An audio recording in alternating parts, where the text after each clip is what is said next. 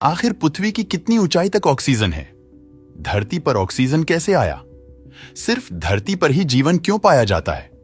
धरती और चांद की उत्पत्ति लगभग एक ही समय में हुआ था, लेकिन चंद्रमा पर इंसान, ऑक्सीजन और कोई महासागर क्यों नहीं है? प्रकृति ने सिर्फ पृथ्वी ग्रह को ही क्यों चुना? दोस्तों, इस धरती के बहुत से ऐसे सवाल हैं जिनको हर कोई जानना चाहता है। तो आइए देखते हैं इस वीडियो में जिस गोलाकार आकृति को आप देख रहे हो, ये धरती है। ये तो आप सब जानते हैं, लेकिन यहां से धरती की जमीन लगभग 10,000 किलोमीटर नीचे है, क्योंकि जब आप धरती को देखते हो उसमें समुद्री और जमीनी क्षेत्र के साथ साथ धरती का वायुमंडल भी दिखाई देता है, जो धरती के चारों तरफ गोलाकार आकृति में फैला हुआ है। हालांकि ये वायुमंडल एक नहीं बल्कि कई वायुमंडल की परतों से मिलकर बना है, जो धरती को हर तरफ से सुरक्षा प्रदान करता है। दोस्तों, जब आप धरती के वायुमंडल को अच्छे से समझोगे, तब आपको वीडियो का टॉपिक समझ में आएगा। अभी आप जहां पर बैठकर ये वीडियो देख रहे हो, वहां से लेकर ऊपर आसमान के 12 किलोमीटर तक के एरिया को ट्रोपोस्फियर या क्षोभ मंडल कहा जाता है। और इस क्षेत्र में बादल का बनना, बारिश होना, तूफान और बिजली का चमकना, मतलब मौसम संबंधित जो भी घटना होती है, वो इसी 12 किलोमीटर की ऊंचाई पर ही होती है। इसके अलावा इस क्षेत्र में पक्षी उड़ते हैं, हवाई जहाज उड़ते हैं। यहाँ पर नाइट्रोजन का स्तर 78% और ऑक्सीजन का स्तर 21% होता है। हालांकि जैसे जैसे आप 12 किलोमीटर की दूरी को तय करोगे, तो आपके साथ ये सब होगा। 0 से 4 किलोमीटर तक आप बिना ऑक्सीजन मास्क के आसानी से जीवित रह सकते हैं, जबकि 4 से 6 किलोमीटर के बाद सांस लेने में दिक्कतें शुरू हो जाती हैं। इसके बाद 8 किलोमीटर से ऊपर यानी डेड जोन में बिना ऑक्सीजन मास्क के आपकी 10 से 30 मिनट में मौत हो सकती है, जबकि 12 किलोमीटर पर 2 मिनट में मृत्यु निश्चित है। इसका सबसे बड़ा कारण है कि जैसे जैसे आप ऊपर जाओगे, हवा का दबाव वैसे वैसे कम होता जाएगा, और जब हवा पतली हो जाएगी तो आपको बेहद कम ऑक्सीजन मिल पाएगा और तापमान घटकर -57 डिग्री सेल्सियस तक हो जाता है। और तापमान गिरने की वजह से ऑक्सीजन मिलने में और कठिनाई होती है। 12 किलोमीटर से 50 किलोमीटर ऊपर जाने पर हमें स्ट्रेटोस्फियर नामक परत मिलती है, जिसे हम समताप मंडल कहते हैं। इसी मंडल में ओजोन परत होती है, और इसी परत की वजह से हम सूर्य से निकलने वाले रेडिएशन से बचते हैं। इसके अलावा इस परत में जेट विमान भी उड़ते हैं।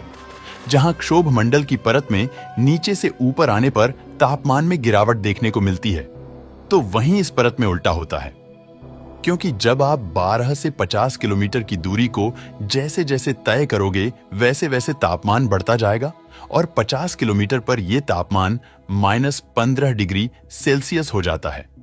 वैसे तो समताप मंडल में भी ऑक्सीजन की मात्रा लगभग 21% होती है, लेकिन यहाँ हवा पतली और कम घनत्व वाली होती है, तो यहाँ पर आपको ऑक्सीजन मास्क के साथ साथ स्पेस सूट भी पहनना होगा, क्योंकि हमें सूर्य के रेडिएशन से भी तो बचना है। जब आप 50 से 85 किलोमीटर ऊपर जाते हैं, तो आपको मेसोस्फियर यानी मध्य मंडल देखने को मिलेगा।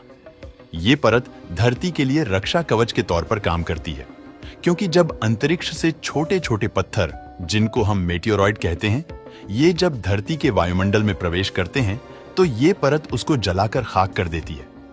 आपने कभी कभी आसमान में इस तरह की रोशनी को देखा होगा। ये यही मेटियोरॉइड होते हैं, और इस परत का तापमान -90 डिग्री सेल्सियस तक गिर जाता है। इस मंडल में ऑक्सीजन का स्तर तो 21% होता है, लेकिन हवा बेहद ही पतली होती है, जिससे आप बिना ऑक्सीजन मास्क के 1 मिनट भी जिंदा नहीं रह पाओगे। इसके अलावा बिना स्पेस सूट के यहाँ वायु दबाव इतना कम होता है कि इंसान का खून उबल सकता है। जब आप 85 किलोमीटर से 600 किलोमीटर ऊपर जाते हैं, तो आपको थर्मोस्फियर यानी ताप मंडल देखने को मिलता है। यह एक अत्यधिक गर्म, ऊर्जावान और रहस्यमयी परत है, जहां कई महत्वपूर्ण घटनाएं घटती हैं। थर्मोस्फियर में सूरज की पराबैंगनी किरणें और एक्स-रे किरणें सीधे हवा के अणुओं से टकराती हैं। इस वजह से यहाँ का तापमान 1500 डिग्री सेल्सियस से 2500 डिग्री सेल्सियस तक पहुंच जाता है। लेकिन चौंकाने वाली बात यह है कि अगर हम यहाँ खड़े हों, तो हमें यह गर्मी महसूस नहीं होगी, क्योंकि यहाँ हवा इतनी पतली होती है कि गर्मी ट्रांसफर नहीं हो पाती।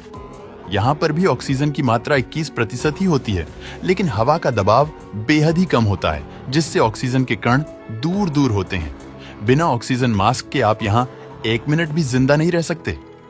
हाँ, स्पेस सूट पहनकर कुछ समय तक आप जिंदा रह सकते हैं, लेकिन तभी तक जब तक कोई सैटेलाइट और स्पेस स्टेशन आपसे ना टकराए। मुख्य रूप से धरती के 100 किलोमीटर से ऊपर जाने पर उसे अंतरिक्ष की शुरुआत कहा जाता है, और यहाँ पर इंटरनेशनल स्पेस स्टेशन उड़ रहा है। जब हम 600 किलोमीटर से 10,000 किलोमीटर तक ऊपर जाते हैं तो हमें धरती के वायुमंडल की सबसे लास्ट परत देखने को मिलती है, जिसे एक्सोस्फीयर यानी बाहरी मंडल के नाम से जाना जाता है। इस परत के जैसे जैसे आप ऊपर जाओगे, आपको धरती की ग्रेविटी कमजोर होती दिखेगी। मतलब अंतरिक्ष और धरती के बीच की ये अकेली परत है जो बेहद पतली है। यहाँ पर ऑक्सीजन नाम मात्र का होता है और तापमान बेहद ज्यादा है। इस परत में इंसानों द्वारा छोड़ी गई बहुत सी सैटेलाइट देखने को मिलेंगे, जिसमें जीपीएस सैटेलाइट, संचार सैटेलाइट, मौसम सैटेलाइट आदि शामिल होते हैं। यानी 10,000 किलोमीटर से जब आप ऊपर जाओगे तो धरती की कोई भी परत आपको दिखाई नहीं देगी, लेकिन धरती का गुरुत्वाकर्षण बल कई लाख किलोमीटर दूर तक फैला हुआ है। हालांकि दूरी के हिसाब से इसके गुरुत्वाकर्षण बल में कमी आती रहती है, लेकिन एक पॉइंट ऐसा भी आता है जहां पृथ्वी का गुरुत्वाकर्षण बल 0 हो जाता है, जिसे हिल स्फीयर कहते हैं, जो धरती से 15 लाख किलोमीटर दूर है, क्योंकि यहां से सूर्य की ग्रेविटी काम करने लगती है। अब जानते हैं पृथ्वी पर ऑक्सीजन कैसे आया। पृथ्वी पर ऑक्सीजन मुख्य रूप से साइनोबैक्टीरिया द्वारा लगभग 3 अरब साल पहले किए गए प्रकाश संश्लेषण से आया। चांद और धरती लगभग एक ही समय में बने, तो फिर चांद पर जीवन क्यों नहीं है दोस्तों?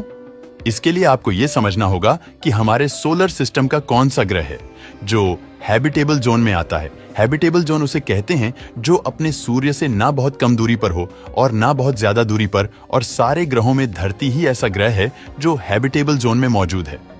अनुमानों के अनुसार हो सकता हो कि धरती की ही तरह बुध, शुक्र और मंगल के साथ साथ चांद पर भी मिनरल्स और पानी के कणों की बारिश हुई हो, लेकिन बुध ग्रह का सूर्य के बेहद पास होने के कारण इसके मिनरल्स सूख गए हो, और यही शुक्र ग्रह के भी साथ हुआ हो, क्योंकि ये भी सूर्य के बेहद नजदीक है। इसके बाद आता है मंगल ग्रह, जो धरती के मुकाबले सूर्य से बेहद ज्यादा दूरी पर मौजूद है और यहाँ का मिनरल्स अत्यधिक ठंड के कारण जम गया हो। उसके बाद तो बाकी गैसीय प्लेनेट है। अब बचता है हमारा चांद, जिस पर मिनरल्स की बारिश हुई हो, लेकिन बेहद कम ग्रेविटी होने के कारण सारे मिनरल्स धीरे धीरे अंतरिक्ष में चले गए हो। हालांकि प्रकृति के रहस्य को पूर्ण रूप से जानना हम इंसानों के लिए अभी संभव नहीं है। दोस्तों, वीडियो पसंद आया हो तो लाइक और शेयर करें।